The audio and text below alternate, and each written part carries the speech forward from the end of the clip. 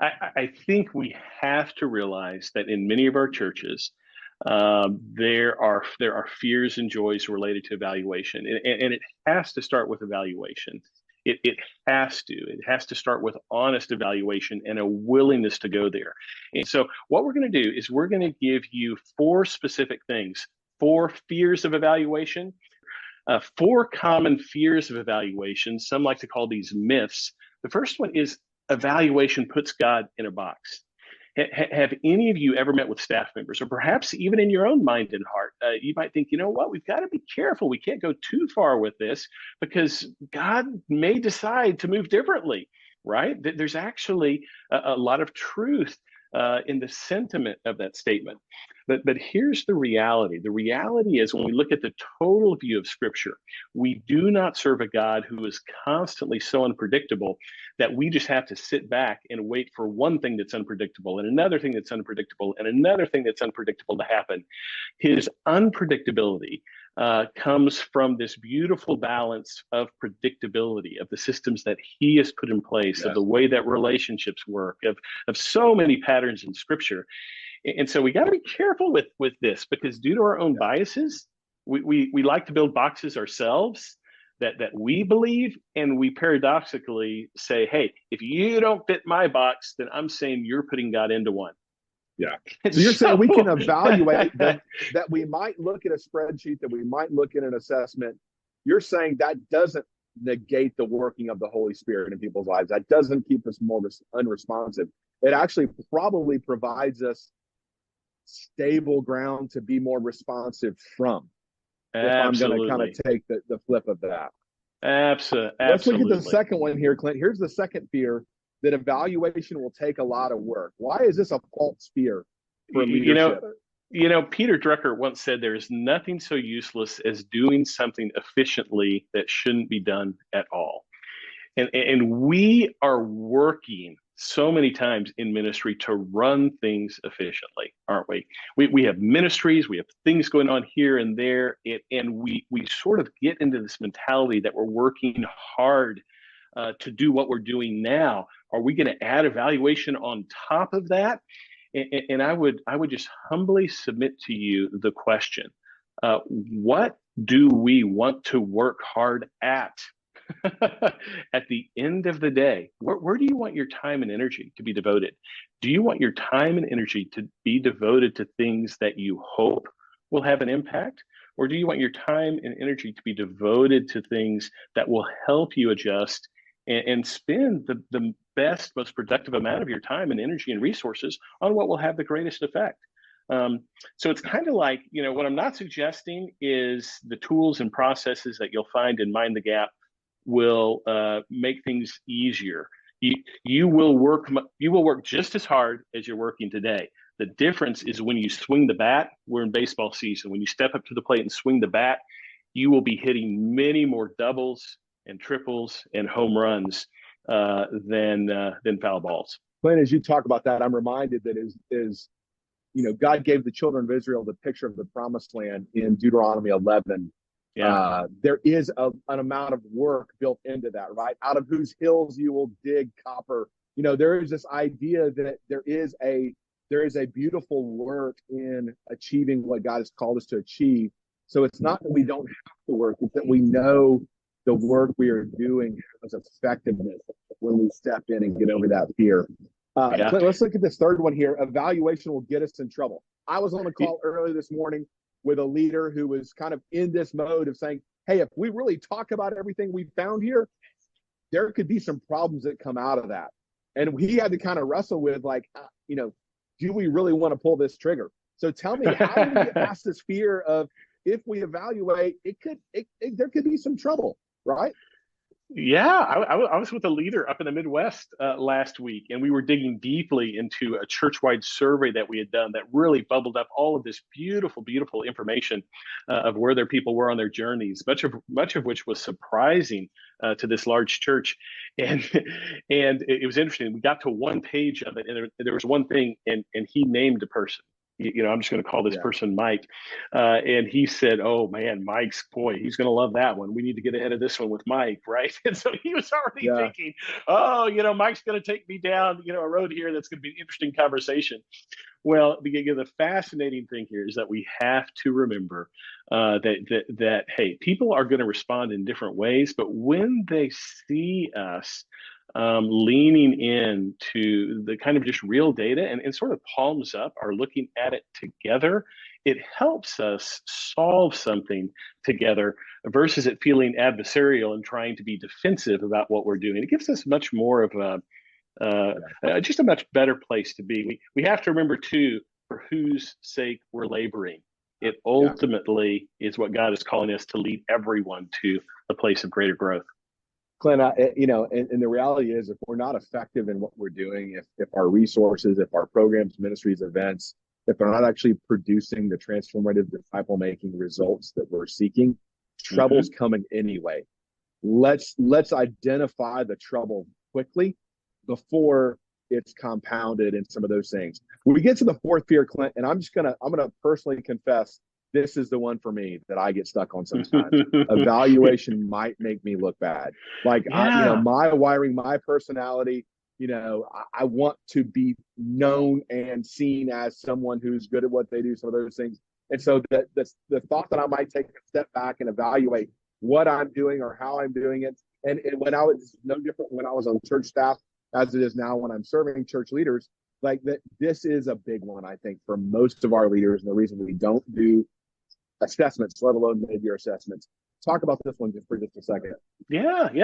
I think it's something that we just have to be honest about, right? And the reason we're starting with giving you these talking points to work with your staff in a mid-year assessment is because there are going to be different people who gravitate toward one or more of these, because all of us do, right? Gosh, if I evaluate this, maybe something that I've been working hard at, or something I try to convince people or a ministry that we put into place, maybe it's not leading to the outcomes in people's lives that we expected it to. But I do have a question for you, and that question is: what if we didn't know? Is it really a better place to be based on our actual calling in ministry to not know and then just to keep leaning in? What do we want to ultimately achieve? What's going to make us look more bad at the end of the day? Clint, you're saying you already look bad. It's better to know it and fix it than to continue on in it. Is that what you're telling me? Well, we'll talk about it off. We'll get into my problems offline. Thank you for leaning in here with me on that. This is an encouraging. This is an encouraging conversation, right? Well, listen, I love this because I think we have to get these fears to the surface. I think we have to be effective leaders. You're going to have to take a look at these 4 fears and say, hey, listen, what's really keeping me from doing a deep, honest evaluation of how effective our ministries, the things we say we want to do, are? Which one of these 4 or which combination of these 4 are really keeping me or really maybe my team? Look at your elders, look at your staff. I guarantee your youth pastors on there with evaluation number 4 too, right? Because like we're kind of wired the same way, and so listen, leaders, I think this is a critical piece of that a mid-year assessment begins with honest evaluation, and we have to see these fears. I'm going to pause right here, remind everybody, hit the chat if you have a question, follow up, thought like that. Clint's got a PhD, so he's going to be well immersed and answering your questions, some of those things. I like to tease him. Clint, here's the reality though. Although there are 4 fears of evaluation, there's also 5 joys of evaluation too, right? There's also 5 joys, and looking at. Let's move through these. Let's move through these joys pretty quickly. The first one is this: evaluation invigorates culture. Give us a couple sentences on that, Clint. What you're going to begin to see is the other side of the coin here. So when we just talked about evaluation making me look bad, it actually is something that I think the enemy speaks to us, and he builds these fears in, and he reinforces these fears when they're not true to the extent that we think. So many times, as you're digging into evaluation and real data, whether it's elders or other leaders in the church or other people or even staff members. I just had this happen 2 weeks ago when I was at a large church in the South. This church, a person came up to me, and someone who had typically leaned away from getting involved, kind of was just business as usual, did the volunteer, did the this, did the that. They said, I have never been more excited about the future of the church, knowing the specific things that are working well and where we need to lean in. So it doesn't make you look bad. It actually invigorates culture. And in that sense, it inspires volunteers. It actually inspires volunteers, especially as you equip key volunteers and key lay leaders who are with you and who are close to you in the mission of the church, who are close to you, who you're building curiosity in about what the barriers are throughout our church, so they can help you on the ground get to the bottom of them and experiment them and collaborate on them. It's incredibly inspirational. So our volunteers want to know they're doing well. Our volunteers want to know that what they're investing, their time, their talents, and in many cases their treasure to, is having effectiveness. And listen, they know we're recycling the same stories over and over again. They know we're kind of operating on assumptions. And so when we can go, hey, look, the needle is moving. Hey, look, the wheels are turning. Hey, look, there's things happening. And we can point back to this assessment, these evaluations. I think that inspires people. I don't think it's fear-based. I think it inspires them. Here's the other thing, though, Clint, for some of us, this may be critical. Evaluation quiets complaints. How does that happen? How does that work? Yeah, it doesn't mean that people necessarily complain less, because there will be a few people, right? You all are thinking of that person right now, who you love in the name of Christ, who you're thinking, oh gosh, this person is always coming up with something.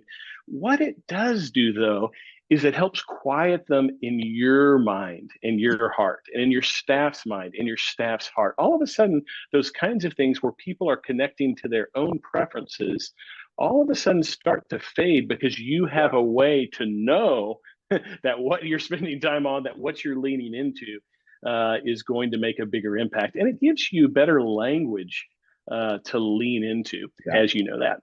I think it helps you as a leader be proactive in quelling some of the complaints too, by saying, hey, listen, we've done some studies, we've done some research, hey, we've done some assessments. This may not be your preference, but look, it's having effectiveness. And I think many of us as leaders miss the confidence of being able to have that hard but healthy conversation, because we haven't done an honest evaluation. We haven't done an assessment. And so we can't really say, hey, I understand you may like this over here, but let me tell you how this over here is having effectiveness. And so I think, Clint, it helps me as a leader quiet complaints in that way. It also relieves pressure, right? It also takes pressure out of the organization, takes pressure off our teams.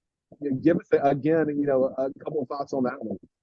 I'm remembering a recent conversation with a women's ministry leader of a large urban church, a very diverse church.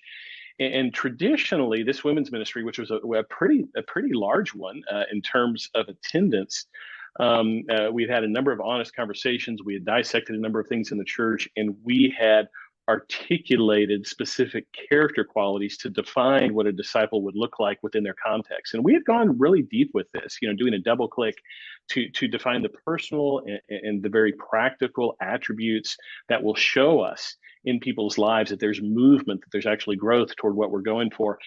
And she looked at me. I didn't even ask her this question, but she looked at me and she said, Clint, what you have done here has taken so much pressure off of me that I didn't know was there. She said, the way I've been living is I'm supposed to get the best next women's speaker. I'm supposed to do the next biggest event with more coffee or chocolate or whatever the case. She actually used that as an example. I'm supposed to figure out what the next best Bible study is to maximize the people in the room. She said, all of a sudden, this frees me up to look more deeply and to partner with others on our staff and other lay leaders to focus on these outcome expressions in their lives.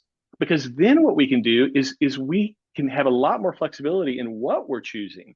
That that relate to that. Yeah. And that so it rolls actually right into relieves pressures. energizing the leaders, right? I mean, you Yeah. know, that's a great illustration of what that does and how that energizes leaders to be able to go, oh, okay, now I can have some energy, I can have some confidence, I can feel some movement on that. That's great. It's what they're called to be, right? Yeah. At the end of the day, it's what they're called to be. It's what we're called to be, and that is for the sake of the gospel that brings great energy. Thank you very much for joining us today. God bless you, and have a great rest of your day.